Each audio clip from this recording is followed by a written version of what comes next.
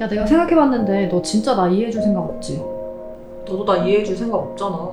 야, 진짜 널 이해할 수가 없다. 나도 너 이해 못해.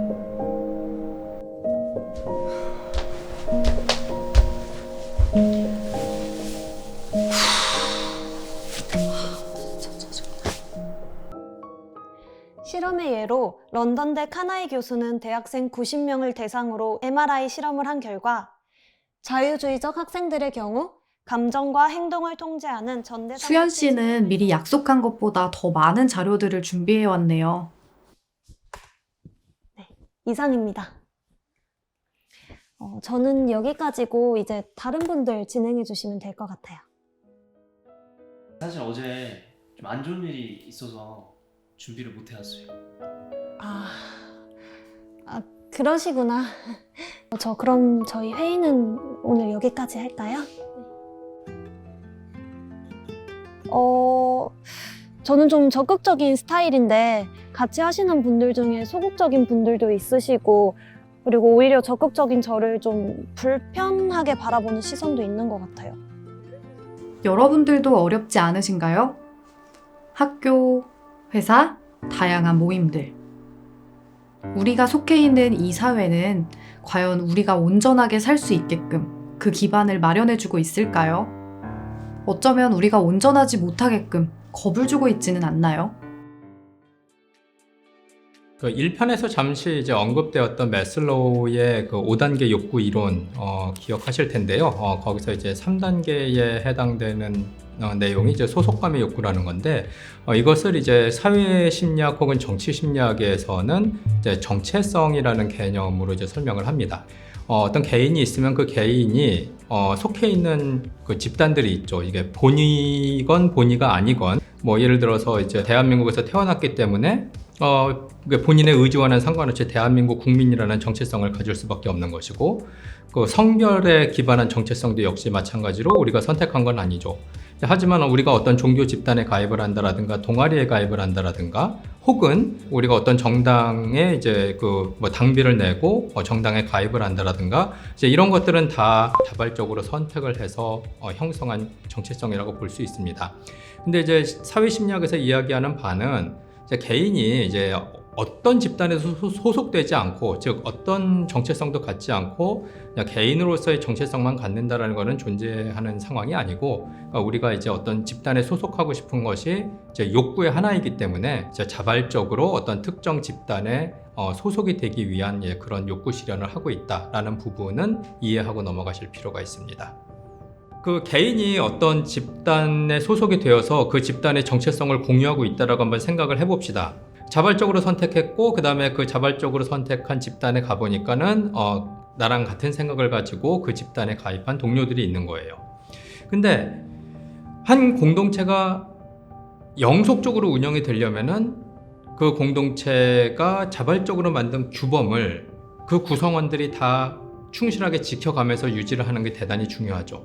그렇기 때문에 그 공동체 일원으로서 행동을 하다가 삶을 영위를 하다가 어느 순간 내가 생각하기에는 지금 이 공동체의 규범은 약간 잘못된 것 같아 라는 생각이 들 때가 있어도 그 의견을 다른 공동체 구성원들에게 쉽게 이야기를 못 한다는 거예요. 왜냐? 다른 공동체의 구성원들은 나를 이상한 사람으로 취급할 수 있을 것이고 더 나아가서 나는 너를 나와 같은 이 집단의 구성원으로 생각했는데 알고 보니까 너는 아니구나 라는 식의 비난을 할 가능성도 배제를 못할 거라고 지레짐작을 하기 때문에 공동체 규범을 잘 따르는 하나의 구성원으로서 보이기 위해서 이제 가면을 쓰고 계속 활동을 할 가능성이 높다라는 겁니다. 문화적 예시를 한번 알아보겠습니다. 바로 일본의 네마와시 문화인데요. 네마와시란 나무를 옮겨 심기 전에 미리 나무 주변을 파서 굵은 뿌리만 남겨두고 잔뿌리를 잘라버리는 것을 뜻하는 용어로서 현재는 의사결정을 내리기에 앞서 반대 의견에 대해서는 설득한 뒤 모두가 동의할 수 있는 합의를 도출해내는 과정을 뜻하는 용어로 사용되고 있습니다. 도요타 기업의 대표적인 의사결정 방식으로서 사람들의 정보 공유를 활발하게 해준다는 장점이 존재하죠. 하지만 세간에서 네마와시 문화를 부정적으로 평가하는 이유는 실권이 부족한 사람들이나 소수 측의 입장들이 묵살되어 버릴 수도 있다는 이유 때문이라고 합니다. 문화 심리학을 보면은 거기에 이제 그 사람들이 어떤 문화권에서 태어나고 자라냐에 따라서 그 세상을 보는 시각이 약간 다르다라는 논의가 있습니다. 그러니까 대표적으로 우리가 잘 아는 국가 미국 같은 경우는 이제 개인주의적인 문화가 강하다 이렇게 이야기를 하고 있고, 그러니까 이웃나라 일본이라든가 우리나라 같은 경우에는 상대적으로 개인보다는 집단을 중시하는 집단주의 문화가 강하다 이런 이야기가 이제 통용이 되고 있고, 학술적인 근거들도 이제 많이 축적이 되고 있는 상황입니다. 근데 우리나라 문화가 뭐 집단적이다. 뭐 물론 이제 통시적으로 봤을 때 과거에 비해서는 조금 더 이제 개인주의에 대한 중시가 있기는 하지만, 그래도 여전히 이제 한국의 기본적인 문화가 집단주의다라고 이제 판단할 수 있는 이제 좋은 예가, 우리가 이제 일상생활에서 자주 쓰는 모난 돌이 정 맞는다라는 표현으로 우리가 알 수가 있어요. 근데 사실 생각해 보면은 우리가 이제 중요시하고 있는 뭐 혁신이라든가 개혁이라든가 변화, 이것은 기본적으로 모난 돌서부터 시작을 하는 거거든요. 그러니까 모난 돌을 계속 정으로 두들기게 되면은 그럼 그건 결국 뭐냐면, 야, 우리 공동체는 이미 안정적이야. 현상 유지하는 게 중요해. 우리가 지금 이렇게 살고 있는데 뭐 그 쓸데없이 문제 제기를 하냐. 이제 이런 이제 문제 제기를 하는 사람들을 모난정으로 취급을 해서 이제 두드린다라는 이야기인데, 그러니까 이런 이야기가 아직까지도 크게 큰 무리 없이 사회 내에서 받아들여지고 있고, 지금 우리의 입에서도 일상생활에서 가끔씩 나오는 현상을 보면은 우리나라는 아직도 그런 집단주의 문화가 강한 상황이다라고 판단을 할 수가 있겠습니다. 그런데 이런 식으로 집단주의 문화가 이제 너무 공고화되면은, 그러면 이제 정치에서는 사실 그 영향이 안 좋은 방향으로 갈 가능성이 높은 게, 이견을 제시하는 사람들의 의견을 받아들이지 못하는 그 수용도가 떨어지는 상황이 발생하게 되고, 결국에는 집단이 움직이는 방향 말고 다른 방향으로 가는 것이 좋지 않겠냐라는 그런 문제 제기, 이견의 가능성 자체가 아예 존재하지 않는 사회가 될 가능성이 높기 때문에 이것은 장기적으로 봤을 때 우리 사회에 큰 도움이 되지 않는 상황이라고 볼 수가 있겠습니다.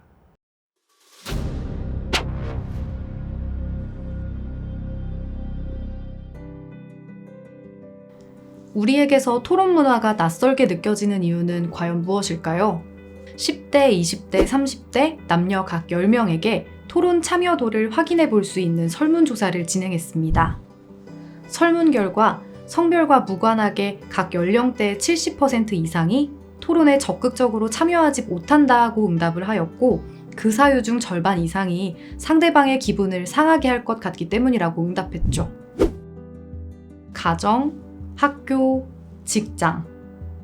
우리의 삶과 떨어질래야 떨어질 수 없는 토론. 이것은 과연 무엇일까요? 개인 유권자로서 이제 정보를 보통 이제 습득을 할 때 보면 특정 이제 미디어를 통해서 전달되는 정보를 습득을 하는 경우가 일반적입니다. 이제 선거 때가 되면은 개인으로서는 감당하기 어려울 정도의 많은 양의 정보들이 돌아다니게 되고, 그럼 이제 그 많은 양의 정보를 일일이 시간을 들여가면서 다 소화를 한다라는 것은 불가능에 가깝죠. 그와 동시에 이제 필요한 것은 대화를 통해서 지속적으로 새로운 정보를 습득하고, 가지고 있었던 정보에 대해서 잘못된 이해를 교정을 하고, 그리고 상대방이 혹시 모르고 있었던 내용이라든가 잘못 알고 있는 내용이 있으면 교정을 해줄 수 있는 이제 이런 순기능을 하는 데 있어서 이제 토론이 중요합니다. 근데 이제 여기서 토론이라고 하면 반드시 기억을 하셔야 되는 게, 기본적으로 그 토론에 참가하는 사람들은 생각이 다 달라야 함을 전제를 하는 거죠. 그러니까 토론을 하기 위해서 5명이 모였는데 그 5명의 생각이 똑같다. 그럼 우리는 토론을 할 필요가 없어요. 그냥 자신이 가지고 있는 의견을 다시 확인할 뿐이죠. 근데 토론을 한다라는 거는 5명이 모였으면 그 중에 3명은 다른 생각을 하고 있다. 그럼 그 다른 생각하는 사람들은 도대체 왜 그런 다른 생각을 하고 있는지 들어보고, 그리고 그 주장이 어느 정도 설득력이 있는지를 지속적인 대화를 통해서 판단하고 평가를 하는 과정, 이것이 이제 토론의 과정이라는 거죠. 하지만 이제 우리가 일상생활에서 이렇게 토론을 하지는 않죠. 여러 가지 이유가 있는데, 우선 첫 번째로는 정치 입장이 정해지고 나면은 다른 정치적인 입장을 취하고 있는 사람들을 굳이 만나지 않아도 되는 세상이 도래를 했습니다. 그 얘기는 뭐냐 하면, 과거와 달리 지금 미디어 환경이 너무 많이 변해가지고 내가 어떤 특정 성향을 선택을 하게 되면, 그래, 나는 보수야, 혹은 나는 진보야 라는 성향을 선택하게 되면 나의 입장을 옹호해주는 정보를 제공해주는 미디어를 선택적으로 소비를 할 수가 있어요.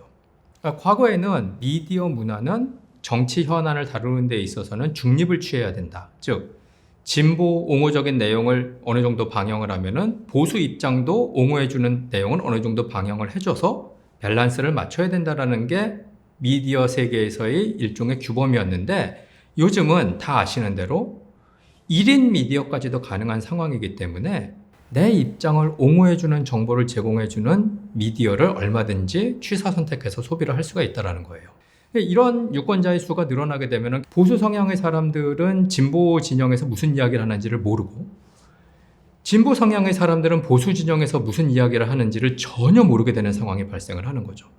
이 상황에서 게다가 이 둘이 만나가지고 토론을 하는 공간까지 존재하지 않는다? 그러면은 우리가 이 양극화된 상황을 극복할 수 있는 방법은 존재하지 않는다라는 겁니다.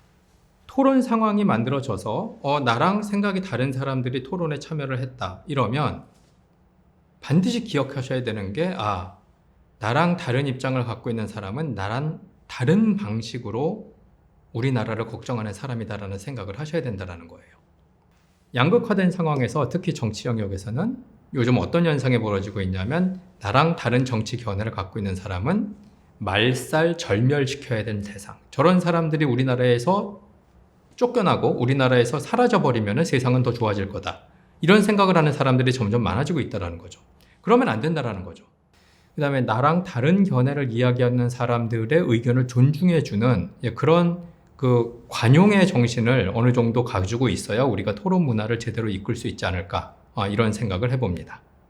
그래서 이제 정치 영역에서 토론이 원활히 되기 위해서는 기본적으로 이제 토론에 임하는 이제 유권자 개인의 자세가 대단히 중요하다고 말씀을 드렸습니다. 아까 말씀드린 그 미디어 환경의 변화에 따라서 대부분의 유권자들이 이제 확증 편향 그리고 이제 비확증 편향이라는 두 가지의 편향으로부터 자유롭지 못하다라는 이야기가 있습니다. 그러니까 확증 편향이라는 것은 내가 어떤 입장이 정해져 있으면, 그러니까 나의 입장을 옹호해주는 정보만을 취사 선택하는 것을 확증 편향이라고 이야기를 합니다. 그래서 예를 들어서 내가 어떤 정당을 지지를 하면은 그 정당이 잘하고 있다라는 정보만 취사 선택을 한다라는 거죠. 이게 이제 확증 편향이고, 반대로 이제 비확증 편향이라는 개념은, 그러니까 내가 가지고 입장과 반대되는 의견을 접하면은 그 의견을 듣지도 않고 배척을 해버리는 성향을 비확증 편향이라고 이야기를 합니다.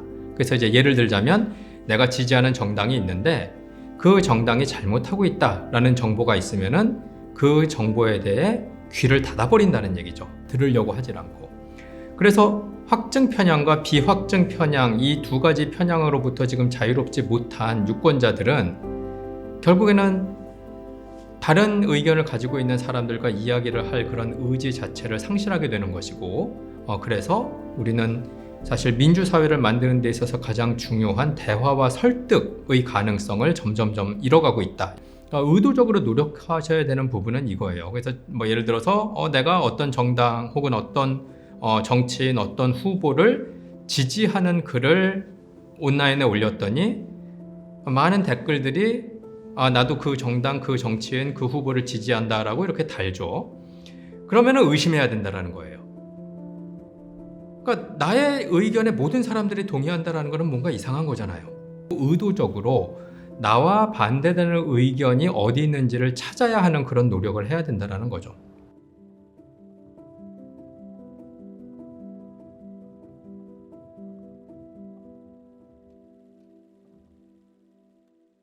토리는 영국 보수당의 옛 명칭입니다. 그래서 샤이 토리라 하면 수줍은 보수당 지지자들을 뜻하죠. 대개 보수는 기존의 질서를 옹호하고 부자와 자본, 기업의 편이라는 인식이 강하며 낡은 것을 추구하는 프레임이 씌워져 있기 때문입니다. 결코 자신의 의견을 피력하기가 쉽지 않은 상태였던 거죠. 사람들이 이렇게 자신의 의견을 피력하지 못하는 데에 있어서는 실생활에서뿐만 아니라 SNS상에서도 마찬가지로 일어나고 있었습니다. 특정 의견이 다수의 비판적 댓글을 받게 되면 자연스레 침묵을 하게 되는 것인데요. 이를 확인하기 위해 한 가지 실험을 해봤습니다. 한 문제에 대해서 각기 다른 성향을 두드러지게 보이는 A와 B 사이트 중 A 사이트에서 B 사이트의 의견을 두둔하는 댓글을 올린 후 이에 따른 반응을 살펴보았습니다. 그 결과 초반에 달렸던 몇 댓글들에서 B 사이트를 두둔하는 저희의 의견에 동의를 하는 댓글들이 생기는 것을 찾아볼 수 있었으나 후에 저희의 의견에 반대하는 댓글들의 숫자가 많아지자 동의를 하던 댓글들 중 3개가 삭제되어 버리는 현상을 확인할 수 있었죠. 이런 식으로 사람들이 점차 침묵적 태도를 취하게 되는 성향을 학술적으로 분쟁 회피라고 이야기합니다. 다수가 개인의 의견을 특정 방향으로 강제 전환시키려고 하고 거부하면 집단으로 모독을 하고 이러한 사회적 압력이 바로 사람들의 입을 닫게 만드는 것이죠. 이 사회적 압력이 사라지지 않는다면 결코 해결할 수 없다고 말씀드리고 싶습니다. 하지만 진짜 문제 중 하나는 이러한 여론 형성의 원리를 역이용할 수 있다는 겁니다. 예를 들어 언론의 한 의견을 두둔하는 보도를 지속적으로 하게 되면 국민들은 아, 저 보도 내용이 요새 사람들이 많이 지지하는 의견이구나 하고 인식하게 되면서 자연스레 반대 의견을 가진 사람들이 목소리를 낮춰간다는 거죠. 선거에도 아주 큰 영향을 미치지 않을까요? 그 집단주의 문화에서 이제 공동체의 규범을 우리가 계속 신경을 쓰게 되면은 그러면 사실 이제 자기가 하고 싶은 말을 제때 제대로 하지 못하는 이제 종교 혹은 정치, 특히 이제 정치 관련된 내용들은 기본적으로 분쟁의 소지가 많은 거거든요. 우리 같이 이제 그 공동체적인 문화가 강한 상황에서는 모난돌이 정맞는다는 이야기가 있듯이 웬만하면 안 하려고 하는 경향이 있고 그렇게 그 정치에 대한 침묵이 광범위하게 확산이 되면은 사실 합리적인 판단에 도움이 되는 토론이 제대로 이루어지지 않을 수 있다라는 것을 쉽게 우리가 생각해 볼 수가 있겠습니다. 과거에 비해서는 상당히 이제 긍정적인 부분도 보이는데요. 지금 그 젊은 세대들을 보면은 과거에 비해서는 훨씬 그 개인의 권리, 개인의 가치를 중시하는 방향으로 가치관과 생각이 바뀌어가는 것을 확인할 수가 있습니다. 그래서 개인을 중시한다는 것 자체가 사실은 이제 합리적인 투표, 그다음에 합리적인 선택을 선거에서 하는데 이제 대단히 중요한 그런 이제 전제 조건이기 때문에 이런 공동체적인 문화가 이제 주의적인 문화로 이제 어느 정도 이제 변화를 한다라는 것은 대단히 고무적인 현상이라고 생각할 수가 있겠습니다. 근데 이제 이 부분에서 이제 중요하게 생각해야 될, 심각하게 생각해야 될 부분은 여전히 우리가 이제 내가 속해 있는 진영에 반하는 의견을 제시하는 사람들을 배제의 대상, 절멸의 대상, 혹은 이제 역겨움의 대상으로 생각하는 경향이 없지 않다라는 거예요. 그래서 제일 중요한 것은 결국 나랑 다른 의견을 제시하는 사람도 동일한 가치를 가지고 있는 개인으로서 인정을 해야 된다라는 그런 인식과 이어지게 된다면은 지금의 그 정치 문화의 변화가 좀 더 긍정적인 방향으로 진행될 수 있지 않을까 생각해 봅니다. 이제 알았습니다. 듣는다는 것은 어려울 것도 별다른 준비도 필요 없었다는 걸요. 소통의 부재였던 것 같아요. 말하지 않았던 것들이 사라지기는커녕 좀 쌓여왔고 그게 터졌던 것 같아요. 그래서 싸웠고요. 어린애같이. 사실 더 근본적인 원인은 먼 과거에 있었는데 그 문제를 찾아서 얘기하고 나니까 마음이 편해지더라고요. 이야기의 중요성. 함께 살을 맞대고 있는 소중한 친구들과 가정, 그리고 대한민국. 사실 큰 문제가 아니지 않을까요? 이야기를 꺼낼 수 있고 들어줄 수 있다면 알맞은 물 양에 완성되는 따뜻한 밥처럼 우리의 앞에 나타나는 것은 따뜻한 대한민국이지 않을까요? 전 이제 이야기를 듣고 할 준비가 되어 있어요. 함께 만들어가는 대한민국, 소통의 아름다움이었습니다.